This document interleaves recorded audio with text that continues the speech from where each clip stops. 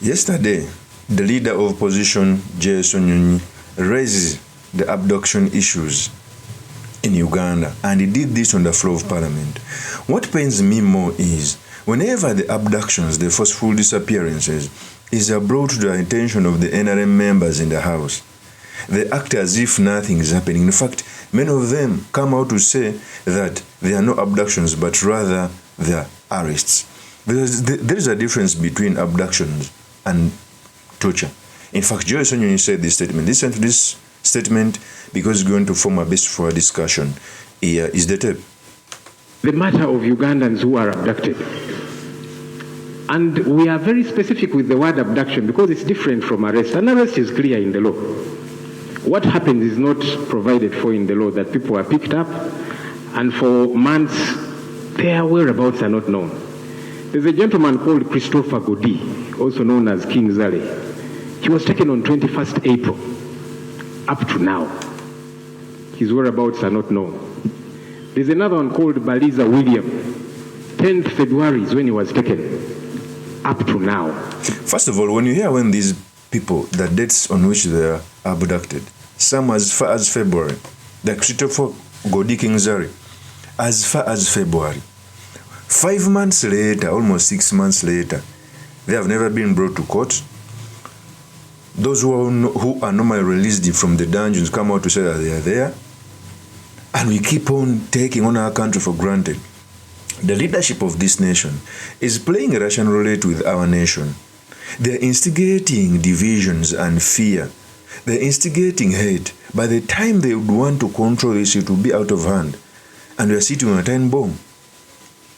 Let's continue with the SSENYONYI statement. Where he is. There's a gentleman called Sam Mugumya.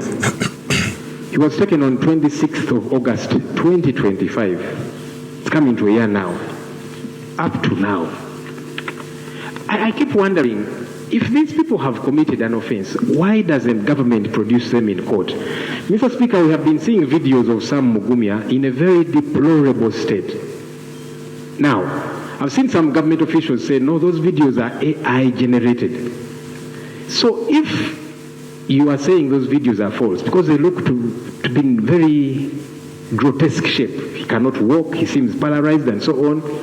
If government, as I've seen some government officials say, no, those are not true videos, why not produce him in court so that his family can take a look at him and know this is what's happening? Because it's been a year. Mr. Speaker, this should not be acceptable in my view.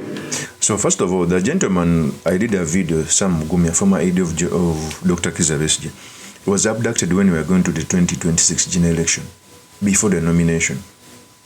I think he was abducted in August. It's now a year in detention.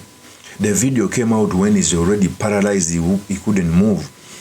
And I realized that whenever these people abduct you, they torture you or beat you, they want to retain you so that they give you medication. By the time they release you to the people, at least you are presentable.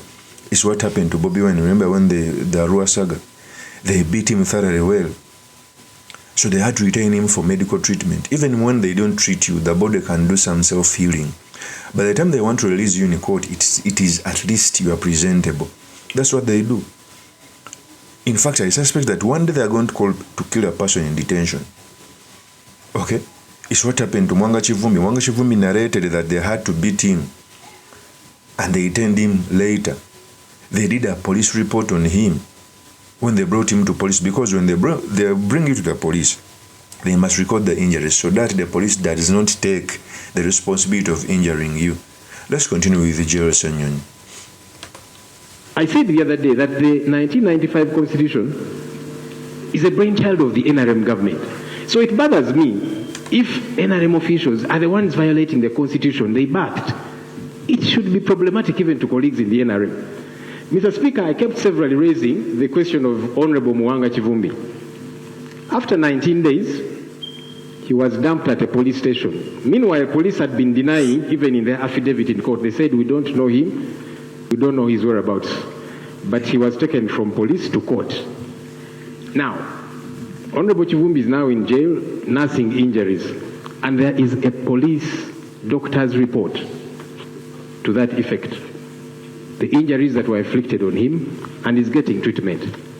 So they held him. So what I realized is, one, whenever the army structure abducts, because it's always the army, CMY, etc., that hand that is controlled directly by the state.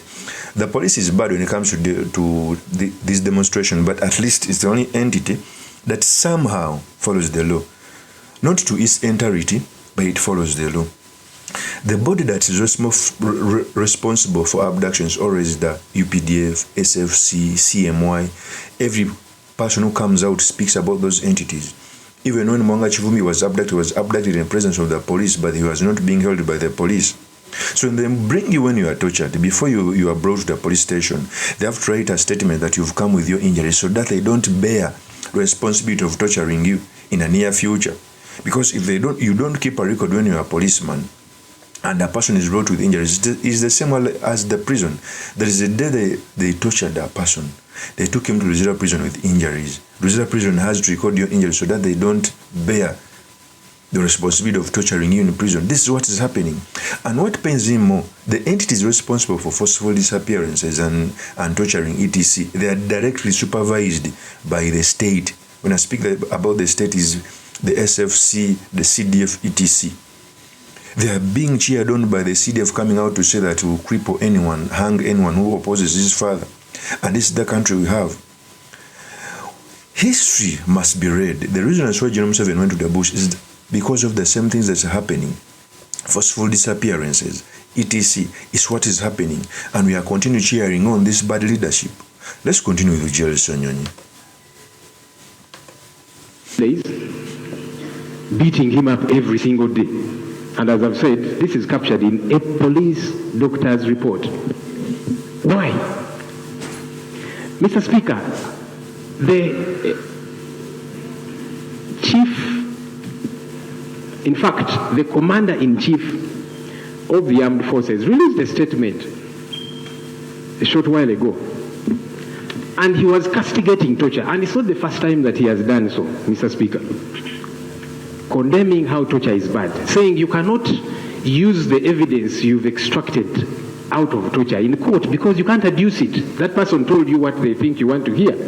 What baffles me is that this is the commander-in-chief of the armed forces.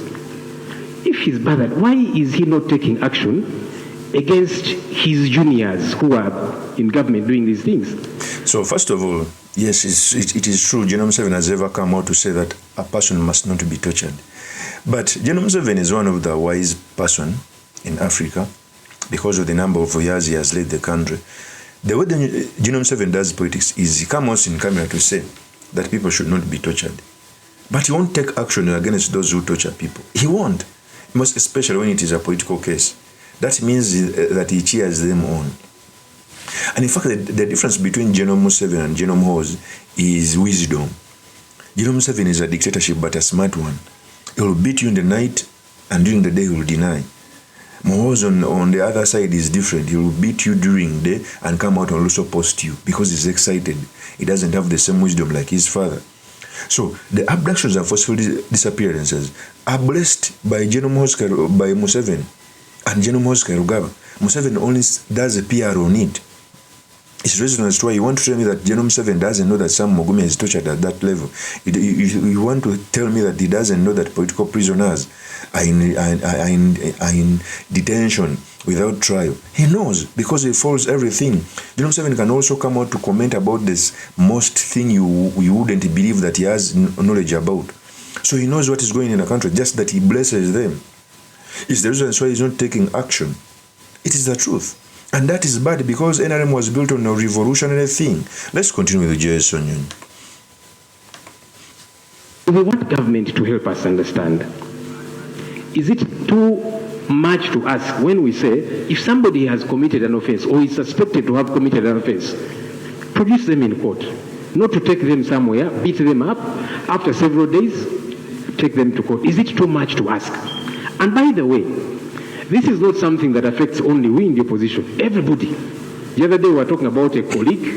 I'm glad after a while she was released, the Honorable Margaret Etilu from Amuria.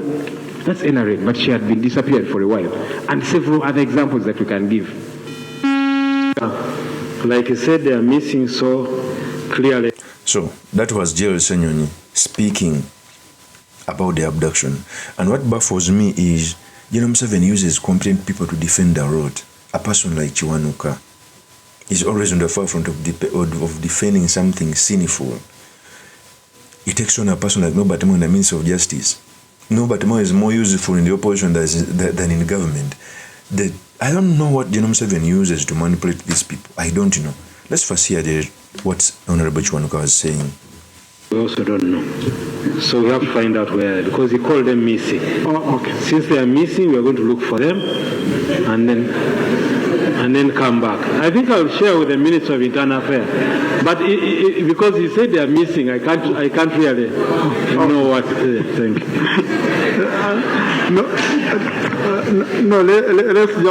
Let's leave it at that. So that is Kiwanuka defending the road.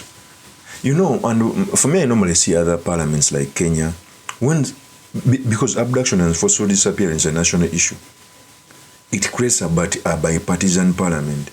I hope to see MP standing up to defend the constitution. Imagine if the NR members, even if they are not many, coming out to say that this abduction is bad, forcible disappearance is bad, and they make their case, because that is unconstitutional. Remember when we were having a speakership race, they had to abduct Namere because he was a core supporter of the Anita Among. And by the way how Honorable Namere was speaking, maybe they thought that he would tilt the scale so that other people would come and join him to drum up support for Anita Among. Do you know how they settled it? They abducted her. So it means that the state, most especially those in the NRM, they're using the state to settle political scores. Ordinarily, politics is supposed to be settled by politics, not through abductions and arrests. If I go campaign, come in the same place campaign, don't use the police to arrest me. Don't use the police to beat me. And the way we are getting in this transition, they are going to have more casualties within the NRM more than the opposition if we don't fight this road. Of course, that's our opinion. My name is truly Mr. Makindi Kabesuleiman Magali. If you're into this channel, please subscribe, like, and comment so that I'm motivated to do more such videos. I'll see you on another one. Peace.